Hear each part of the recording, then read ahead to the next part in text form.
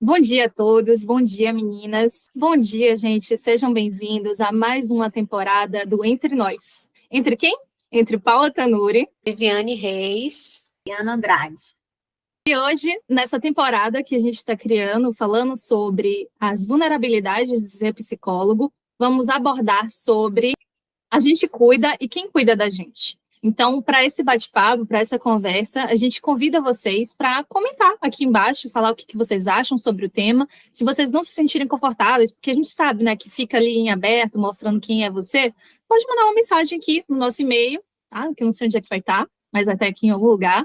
E aí você pode mandar seu comentário, pedir novas informações ou um outro tipo de vídeo, tá bom? Sinta-se à vontade e vamos nessa. A gente cuida, né? E quem cuida da gente, né? Você, né, psi, que está aí do outro lado, você se permite ser cuidada? E aí, essa pergunta é uma pergunta muito importante, muito essencial para a gente que está acostumada a cuidar do outro, né? E muitas vezes a gente deixa a nossa necessidade em segundo plano. Então, hoje a gente vai falar sobre isso. Nossa própria escolha profissional já é uma escolha que diz que a gente se interessa pelo cuidar, né? Ser psicólogo é cuidar do outro. Então, eu imagino, assim, que todo mundo que escolhe a psicologia, ou a grande maioria, já gosta de cuidar, já quer cuidar. Só que o grande ponto é a gente ser essa persona do cuidar na nossa profissão. E quando a gente sai da nossa profissão, a gente continua sendo essa persona do cuidado. E a gente esquece que quem cuida também está ferido. E a gente age como se quem cuida não se fere, não sofre, não passa por dores. E a gente precisa lembrar disso a todo momento. À toa que existe a contratransferência, né? Quando a gente está ali atendendo aquele paciente e de repente algo atinge a gente. E a gente fala, poxa, por que será que me mobilizou tanto? Porque existe uma dor ali também, né? Assim como a gente falou no vídeo passado, escutar dói. Então, quando a gente fala desse cuidado, a gente precisa também cuidar da gente. A gente precisa, sempre a gente vai bater nessa tecla, né? Do tripé, do cuidado com relação à sua própria terapia, supervisão, estudo, e o seu dia a dia. Quantas feridas a gente vai cuidando ao longo do dia, e a gente vê que algumas pessoas, alguns profissionais psicólogos, eles acabam atendendo até mesmo por plano de saúde, 20 a 30 pacientes, né? E você atender dessa forma sequencial tantas dores, ter essa escuta ali solicitada a todo momento, acaba sendo muito cansativo, né? Acaba tirando um pouco da nossa própria energia. Quem nunca chegou em casa exausto e não conseguindo se desligar daquele momento? Pensando sobre o caso, o que poderia ser feito, como agir, né? Então, tudo isso requer muito da gente, de uma escuta, de uma atenção, da nossa própria saúde. Se a gente não está bem, não tem como atender o outro, né? Não tem como fazer o bem, de certa forma. A cobrança social, né? Que a gente seja esse cuidador a qualquer momento. Seja dentro da clínica, fora. E a gente cola nessa imagem que as pessoas têm da gente, né? Que a gente precisa estar cuidando. E aí a gente vai se perdendo no caminho e sair disso é muito desafiador. Com certeza. No livro A Coragem de Ser Imperfeito, eu gosto de uma frase que a autora fala, gosto bastante dessa frase, que é a seguinte: nós não fomos feitos para fazer tudo sozinhos, precisamos um dos outros. E essa frase traz muito isso, né, da gente aceitar a ajuda do outro, porque o livro, né, esse livro, não sei, né, quem já leu, mas ele fala muito da vulnerabilidade.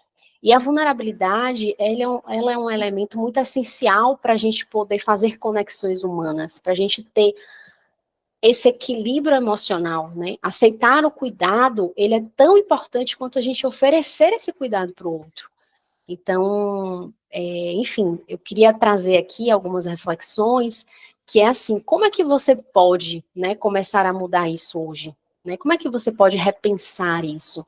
Rever suas prioridades, organizar seu tempo, né? Buscar ajuda profissional, Paula trouxe aí, né, sobre esse buscar ajuda profissional. Então, assim, entender melhor suas necessidades e se permitir, ser cuidada. Permitir ser cuidado é difícil, né? Porque falando assim, de alguns colegas nossos, existem psicólogos que falam que não precisam de acompanhamento psicológico, né? O quanto entra nesse lugar de achar que o psicólogo é aquele ser que detém todo o saber. Não existe isso. E, às vezes, o lugar de ser vulnerável machuca bastante. O lugar de precisar também desse acolhimento, dessa ajuda, afeta um pouco esse ego que recai um pouco sobre, não só os psicólogos, nós como os profissionais, mas outros também. Eu acho que todo psicólogo já deveria sair da faculdade fazendo terapia, tá? É o primeiro ponto que eu digo aí. Que a gente precisa muito desse cuidado, a gente precisa se conhecer para poder conhecer o outro, para não se deixar interferir durante essa escuta. E acho que com esse conhecimento, né, esse se conhecer, fica um pouco mais fácil da gente conseguir organizar um pouco a nossa rotina, nossas escolhas, nossas dificuldades e nossas prioridades. Eu acho que seria mais importante para poder conseguir fazer justamente esse movimento seria você se colocar ali naquele momento numa ideia de que profissional você quer ser. Então, se eu quero ser um bom profissional, o que eu estou fazendo por mim? Não adianta só a gente falar, né, para os nossos pacientes, isso precisa. Vamos pensar em uma estratégia? Cria até uma estratégia com o seu paciente, mas qual estratégia você está criando com você mesmo? Então, acho que a gente aplicar um pouco as nossas próprias ferramentas em nós já ajuda. Uma estratégia que me ajudou muito e vem me ajudando muito, que é dizer para as minhas pessoas que eu tenho dificuldade de ser cuidada. Fulana, eu tenho dificuldade, eu preciso de sua ajuda. Porque a gente abre uma porta, né? Quebra essa imagem que as pessoas têm, que eu também tenho e que a gente também, né, compartilha. A gente abre uma porta. E aí acho que o caminho ele fica mais fluido. Isso vem me ajudando muito. O caminho é reconhecer, né? Vamos reconhecer e se permitir nesse caminho. Vocês gostaram do que a gente trouxe hoje aqui? Então, segue a gente, né? E vai ter muito mais vídeos e oportunidades de diálogos aqui com a gente, no Entre Nós.